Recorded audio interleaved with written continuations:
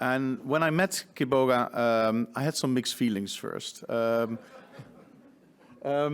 Because, online scam baiting, YouTube being popular, but I really changed my opinion, and I think what Kit is doing really makes a difference. And Kit, I don't know where you are, but I would like to introduce you to our last speaker of today. Good luck. You have a challenging audience. You are between them and the drinks, so go for it. That was incredible time. Thank you so much. We may have a video showing you briefly what I've been doing over the past 7 years to kick things off. For those of you that don't know. Ma'am, no! Did you get the money? To the wrong person. You sent the gun to the. I didn't get anything. You are stupid who asked me such questions. Please, let me send the money back to you. Ma'am. Please. Can you keep quiet, yes or no? Are you mad? Are you mad? Why are you leaving God? Hello, Steve? Why are you leaving? Why are you leaving? Shut up! Shut up! Idiot! Hey, Joe. Shut up! Who told you that I am a scammer? I call From the scammers. first day. I call scammers for fun. That's why so many scammers call me all day long, because they think I'm an old lady. They think they can scam me. It's so sad. Oh man, thank you so much. Believe it or not, that has been my day job for the past 7 years. It was a very interesting conversation to have with my parents when I explained that I would leave my software engineering background and I would call scammers on the internet for a job. But it's been quite the journey. My name's Kitboga. I don't just investigate scams and make them angry. It's sort of become my life. Essentially, I become the perfect victim. My job is to live out what it's like to be the target of these scams. So you can see this visual is when these scammers want to connect to my computer sometimes, I have to change the visual appearance of my face. I have to change my voice to sound like I'm a little bit older, and I have to fall for every single one of these scams that we've talked about today. I started doing this because my grandparents they had Alzheimer's and dementia. And there was this moment where I realized if a tech support scammer or someone called them and said, there's a scammer on your computer, that they would have fallen for it. They would have just listened. And I said, well, if I could spend 15 minutes on the phone with a scammer, that's 15 minutes that scammer wasn't talking to someone else's grandma or someone else's grandpa. It started off very small. I did this, here and there once a week, and over the past 7 years, it has grown into something crazy. I have something like 3.5 million subscribers and 500 million views on YouTube, which are, it's crazy to think that I started by hanging a Guitar Hero microphone from my ceiling. and now we have a team behind us investigating these scams.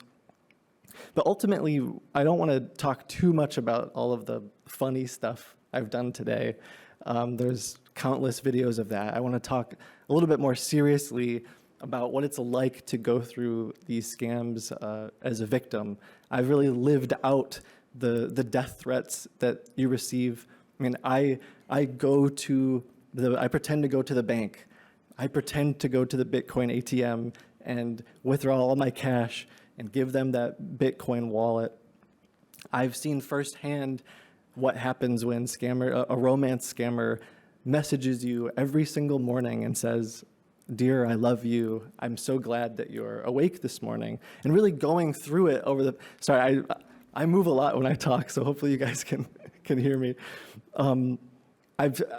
Going through it firsthand as these scammers talk to me day after day after day brings a completely different perspective.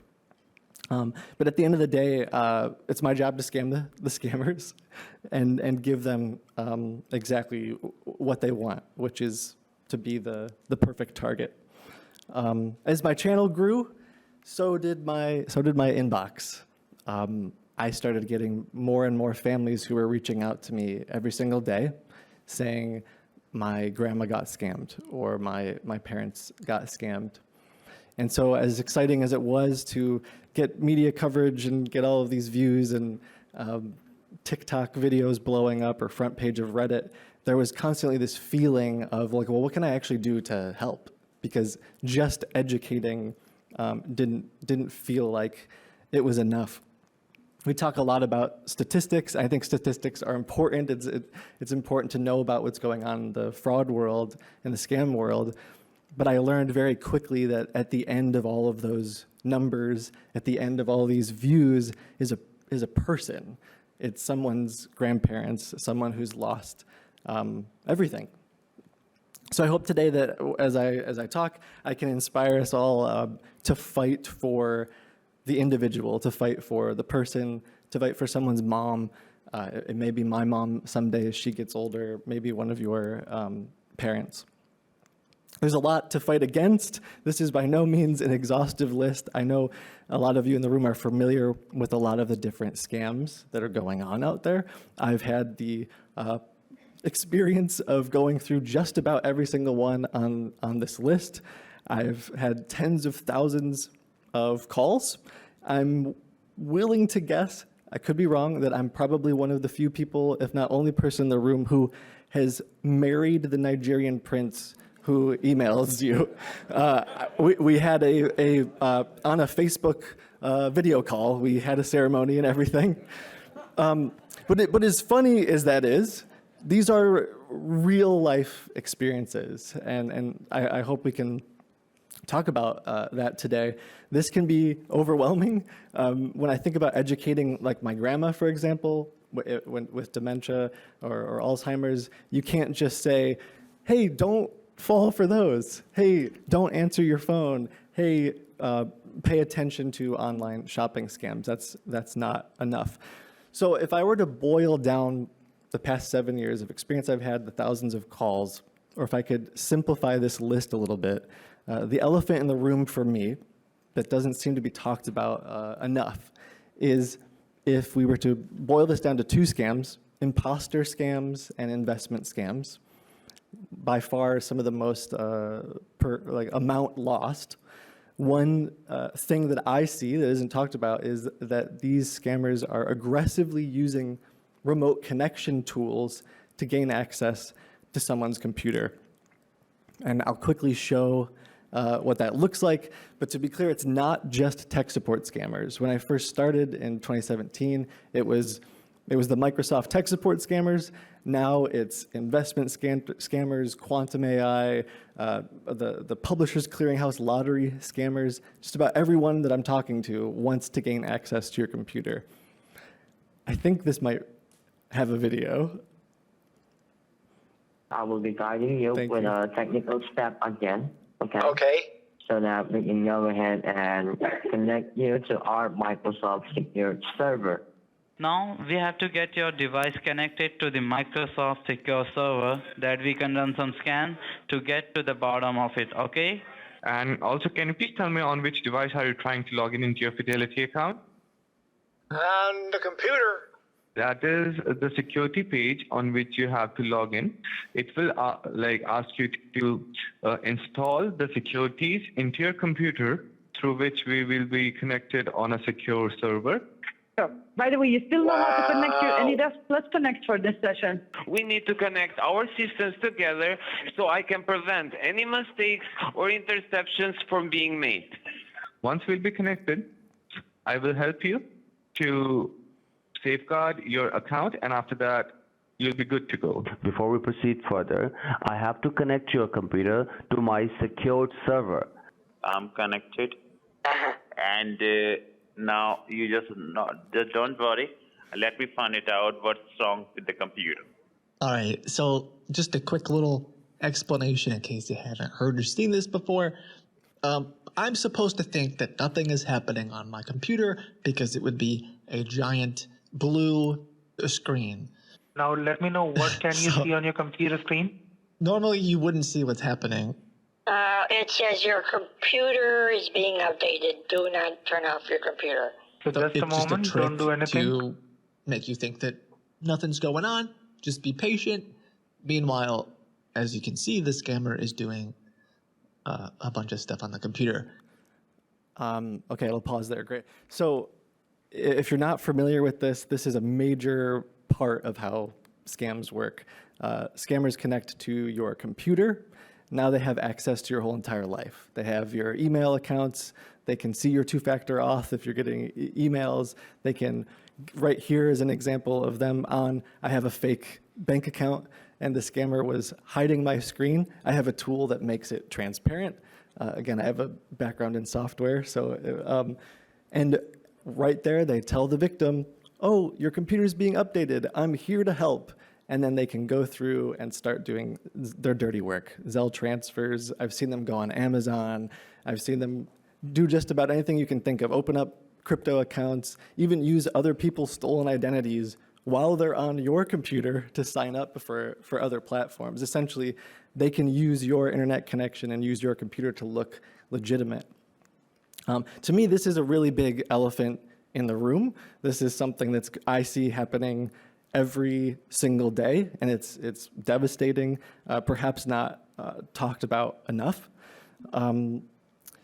We see victims time and time again sharing their stories about how remote connections were the attack vector or a really big part of what happened. And I have a unique opportunity today. I want to try to quickly walk through what it would be like as a victim. Let's say you did realize that money left your account. You did figure out that some scammer had done a couple Zelle transfers. You might call your bank, you might call your credit card company. Ultimately, you want a police report, you want to call the police. I have the honor of having police on speed dial today. I want to invite Officer Kyle Hoffman up here. We've worked together on a variety of cases, but I think he can share his expertise. Hey. Maybe we can just share this. Yeah, that works for me. Thank you for your service, by the way. Absolutely. This guy's doing the real work on the ground. And I want to kind of keep going through that story of like being a victim. Can you guys hear us okay if we both? Is that cool? All right. Oh. Thank you. Do you want to use that and I'll use it? Yeah. Okay. Perfect. Sorry, guys. So, Kyle, imagine I am an older gentleman. I just realized that I lost a bunch of money in my bank account. I think you can kind of represent for everybody the average, you're not average, but the police officer anywhere in the US today. Imagine it's day one, you just got out of the police academy. Like, were you trained on how to deal with my call? Like when you show up at my house? So a typical police officer would show up to your house. They would go through the regular who, what, when, where, and why. Yeah. They'd figure out that this is, they would probably call it a scam or fraud, but it's not your typical scam or fraud, which is presented to you in the police academy. This is one where you can't physically identify a suspect. Yeah. So now we're taking out the who, the when, that type of stuff. So what they're going to do is they're going to get your information, how much was taken, and when it was taken. Yeah. So further cutting down the information that you can provide. Yeah. And I imagine if you're not really trained about scams, it can be difficult to actually help somebody. I hear most of the time, and from working with you, ultimately they want a police report, and then you're asked, like, what happens at the end there? You hand them a piece of paper? Pretty much at the end, when it's all over, we hand them, at least in Arlington, we give you a card that has a case number that your bank typically wants to use to create whatever investigation they want to create. Yeah. And I don't know if it ever feels difficult from your perspective to tell somebody, well, we realized you got scammed. Oftentimes, I think there's not a whole lot you can do. And you say, go to ic3.gov. I think. So for the typical officer, regardless, telling somebody that, or confirming to somebody that they've been scammed absolutely sucks. It's the worst feeling ever. Just imagine, you know, your grandmother or grandfather just sobbing, unable to breathe because they just realized they lost everything. Typically, the officer would try to, you know, comfort them, and if they are even aware of IC3, they'd either help them fill it out or give them the link to IC3. Yeah. But that's it. That's the typical officer's response, and then they're like, goodbye, and right out the door. Yeah. So a lot of times for a victim, they're feeling like, okay, I got my police report, this devastating thing happened, maybe I'll fill out ic3.gov. So the elephant in the room for me or for Kyle and I is, unfortunately, it actually gets worse from here. If you guys can play this clip, I can probably talk while it happens.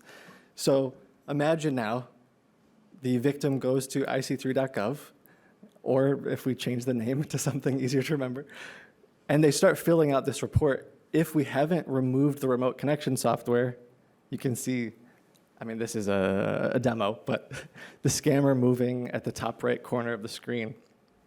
What has happened to me time and time again when I've pretended to be the victim, and what I've heard from other law enforcement officers, is that the scammers are now watching the victim filling out the report. So they can see your address, they can see exactly what's happening, and then they have even more ammo to scam you. It's just like a repeat back and back. Kyle, I had an officer at another agency tell me recently that he was still at the house when the victim got a call spoofed from a local police department number, and they said, hi, this is ic3.gov, I just got your report. And I don't know if you've experienced that firsthand, but I think you've had repeat victims. I have not. I have had repeat victims, and it's due to this. The one thing that officers don't realize is how exactly did this scam occur? Just because they said it was on the phone doesn't mean it was only on the phone. Yeah. A lot of the times, actually, I want to say most of the times I've responded to hundreds of calls about scams and frauds. Most of the time, it also involves a computer. But that is not at the forefront of their mind because they're like, well, what else could they do? Yeah. So unfortunately, it gets worse. Imagine the victim goes on something like the FTC.gov or different FBI resources or bank. I've scoured the internet bank resources. They tell you to, if you've had a scammer on your computer, that you should update your antivirus or you should change your passwords. They do not mention that a scammer could be on your computer still watching you change your passwords and watching you do all of these things. So I've been talking a lot here about doom and gloom.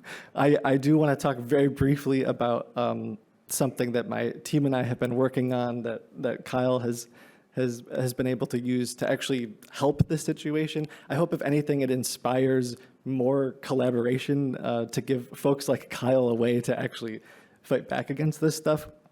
So like I said, my background was I was a software engineer. Rather than just feel like this was a really, really bad scenario, we built a tool, almost like an antivirus software. Sorry, I'm skipping a lot of slides for the sake of time. If you guys want to play this, thank you so much. Almost like an antivirus software, it will scan a computer and find all of the remote connection tools that have been on the computer. give you a report or give someone like Officer Kyle a report about what happened when they were installed. And with a click of a button, you can remove all of those remote connection tools. Kyle has had the opportunity to use it a handful of times with some recent cases. I don't know, maybe we could get into one really quickly. I know, yeah. Yeah, I can Sorry. run it. Sure. So there was a case where a mid-'80s resident here in Arlington, she was in the military most of her life. When she left from the military, she went into the government. She had been previously scammed, but they didn't actually take anything from her. They added something to what she already had. They installed a remote viewer on her computer, but didn't take any money, didn't ask her for anything. About 3 years later, when I responded to the call, she was out over $1 million. What they did was they watched her for 3 years, collected all of her information. She was very meticulous about record keeping, kept all of her, she was retired from the government at this point, but kept all of her records, her W-2s and stuff like that on her computer. These scammers were able to access those documents when she wasn't using her computer, take a look at them, figure out bosses' names and stuff like that, all the relevant information that only somebody that worked with her or was her supervisor would know. They used that information, called her, and were like, hey, we overpaid you for these years. We need that money back or we're gonna have to take you to court. She started sending that money back. Eventually, somebody in her family became concerned, which is how we usually get these calls. And they said, we think our mother has been scammed. Sure enough, the scammers had taken over $1 million. We were able to get Adult Protective Services out there to come talk to her. They have their own specialized unit that will come and check her computer. But prior to that, I used Seraph Secure, which was able to further point me to the fact that they had been on the computer for 3 years. If I did not use it, I would have never known, and I would have left those remote tools on her computer. Yeah, thank you for sharing that. It's been great being able to work with you and actually like leave a lasting impact for some of these victims. Now when I'm getting these emails every day of people saying my family got scammed or something terrible happened, we have a resource that we can give them. Thank you for having me. I know I don't want to go over time. If there's one thing I could leave you all with is like from someone from the YouTube world, from the private world, something that I think is great about meetings like this is finding ways that we can merge the worlds together. I'm sure I'm not the only one who has solutions or ideas, but unfortunately I can't just like edit the FTC website. I don't have the ability to do that. I can't just email every police department in the country and say, here's this tool. So hopefully we can find ways for all of us to work together. Thank you so much. Thank you. Thank you.